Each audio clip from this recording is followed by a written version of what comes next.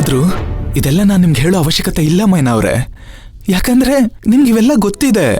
ಆದ್ರೂ ನೀವ್ ಈ ತರ ನಡ್ಕೊಳ್ತೀರಾ ಅಂತ ನಾನು ಯಾವತ್ತೂ ಯೋಚನೆ ಮಾಡಿರ್ಲಿಲ್ಲ. ಯಾರಾದ್ರೂ ನಿಮ್ ತಲೆ ಕೆಡ್ಸಿದ್ರ? ಮದ್ವೆಗಿಂತ ಮುಂಚೆ ಪ್ರೀತಿ ಮಾಡಿದ್ರೆ ಇವೆಲ್ಲ ಮಾಡ್ಬೇಕು ಅಂತ ಯಾರಾದ್ರೂ ನಿಮ್ ತಲೆಗೆ ತುಂಬಿಸಿದ್ರ? ಯಾಕೆ ಈ ತರ ನಡ್ಕೊಂಡ್ರಿ ಮೈನಾ ಅವ್ರೆ?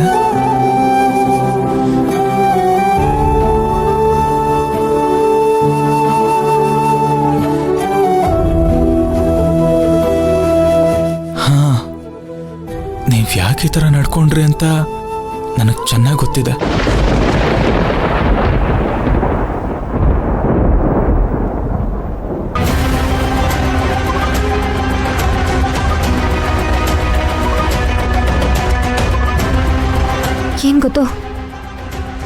ಏನ್ ಗೊತ್ತು ನಿಮ್ಗೆ?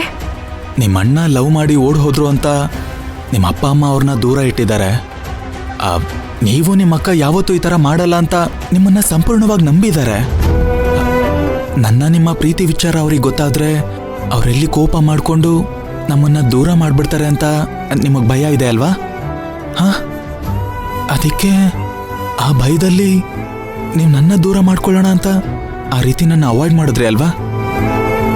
ಅದಕ್ಕೆ ನಾನ್ ನಿಮ್ಮ ಮೇಲೆ ಕೋಪ ಮಾಡ್ಕೊಂಡಿರ್ತೀನಿ ಅಂತ ನೀವು ನನ್ನ ಸಮಾಧಾನ ಮಾಡೋಗ್ತಾನೆ ಹೀಗೆಲ್ಲ ನಡ್ಕೋತಾ ಇರೋದು.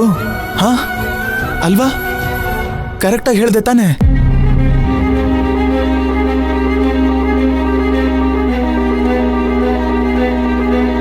ಮೈನಾ ಅವ್ರೆ, ನೀವ್ ನನ್ನ ಇಷ್ಟೇನ ಅರ್ಥ ಮಾಡ್ಕೊಂಡಿರೋದು?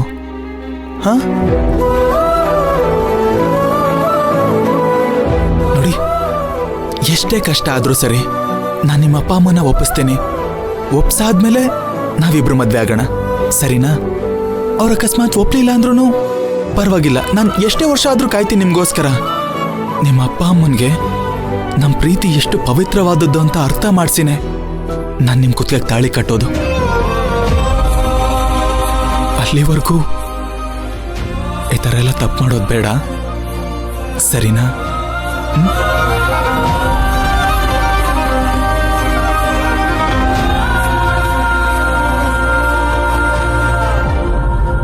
ತಪ್ಪು ಮಾಡಿದ್ ನೀನಲ್ಲ ಧ್ರುವ. ನಿನ್ ಮೇಲೆ ಅನುಮಾನ ಪಟ್ಟು ನಾವು ತಪ್ಪು ಮಾಡಿದ್ವಿ. ಹೌದು ಖುಷಿ, ಧ್ರುವ ಆ ಥರದವನಲ್ಲ ಅಂತ ಮೈನಾ ಎಷ್ಟು ಹೇಳಿದ್ರು ನಾವು ನಂಬಲೇ ಇಲ್ಲ.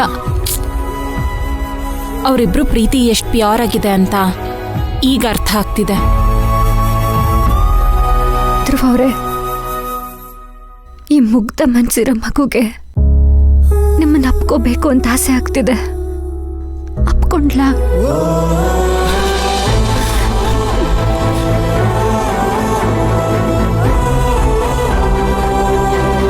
ನನಗೆ ಗೊತ್ತಿತ್ತು ಧ್ರುವ, ನೀನ್ ದೇವ್ರಂತ ಮನ್ಸು ಅಂತ. ಆದ್ರೂ ನಾನು ನಿನ್ನ ಪರೀಕ್ಷೆ ಮಾಡ್ಬಿಟ್ಟೆ. ಆದ್ರೆ ನಾನು ಪರೀಕ್ಷೆ ಮಾಡಿದ್ದು ನಿನ್ ಮೇಲೆ ಅನುಮಾನ ಪಟ್ಟಲ್ಲ, ರಾಮ ಸೀತೆ ಮೇಲೆ ಅನುಮಾನ ಪಟ್ಟು ಅಗ್ನಿ ಪರೀಕ್ಷೆ ಮಾಡಿದ್ನಲ್ವಾ? ಲೋಕಕ್ಕೆ ಸೀತಾ ಮತ್ತೆ ಅಗ್ನಿ ಅಷ್ಟೇ ಪವಿತ್ರವಾದವಳು ಅಂತ ಸಾಬೀತು ಮಾಡಕ್ಕೆ ಅವನು ಅಗ್ನಿ ಪರೀಕ್ಷೆನ ಇಟ್ಟ. ಹಾಗೆ ನಾನು ನನ್ನ ಸ್ನೇಹಿತರಿಗೆ ನೀನ್ ಎಂತವನು ಅಂತ ಸಾಬೀತು ಮಾಡಕ್ಕೆ ನಿನ್ನ ಪರೀಕ್ಷೆ ಮಾಡಿಬಿಟ್ಟೆ. ಕ್ಷಮಿಸಿ ಧ್ರುವ, ನನ್ನ ಕ್ಷಮಿಸಿ. ಆದ್ರೆ ನಿನ್ನಂತವನ ಜೊತೆ ಬಾಳೋ ಅರ್ಹತೆನೇ ನನ್ಗಿಲ್ಲ. ಅರ್ಹತೆನ ನಾನು ಕಳ್ಕೊಂಡ್ಬಿಟ್ಟೆ.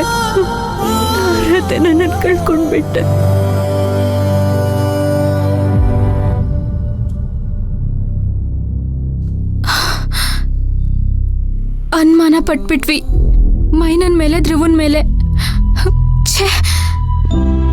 ಸಮಾಧಾನ ಮಾಡ್ಕೊಳ್ಳಿ, ನಾನು ಯಾವಾಗ್ಲೂ ನಿಮ್ ಜೊತೆ ಇರ್ತೀನಿ, ಹೆದರ್ಕೋಬೇಡಿ.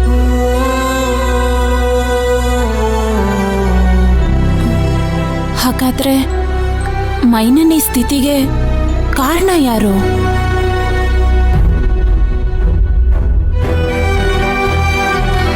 ಅದೇ ಗೊತ್ತಾಗ್ತಿಲ್ಲ ಖುಷಿ.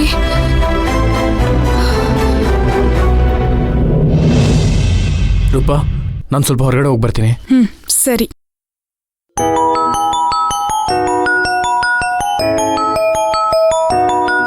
ಅಕ್ಕ ಯಾಕೆ ಫೋನ್ ಮಾಡ್ತಿದ್ದಾಳೆ? ಅದೇನು ಅಂತ ಕೇಳಿಸಿದ್ದು. ಹಲೋ ಅಕ್ಕ, ಅಪ್ಪ ಅವ್ವ ಮನೆಗೆ ಬಂದ್ರಾ? ಅವ್ರು ಬರೋದ್ ಹಾಗಿರ್ಲಿ, ಇನ್ನೊಬ್ರು ಮನೆ ಬಾಗ್ಲ ಹತ್ರ ಬಂದಿದ್ರು. ಇನ್ನೊಬ್ರು ಯಾರು? ಅಲ್ಲಿ ರೂಪ ಇದ್ದಾಳ. ಹಾ ಅಕ್ಕ, ಇಲ್ಲ ಅವಳೆ. ಫೋನ್ನ ಸ್ಪೀಕರ್ ಅಲ್ಲಿ ಮಡಗು, ಏನೋ ಹೇಳ್ಬೇಕು. ಅಲ್ಲ, ಲೌಡ್ ಸ್ಪೀಕರ್ ಅಲ್ಲ. ಯಾಕಕ್ಕ? ಮೊದ್ಲು ಹೇಳ್ದಷ್ಟು ಮಾಡಿಸಿದ್ದು.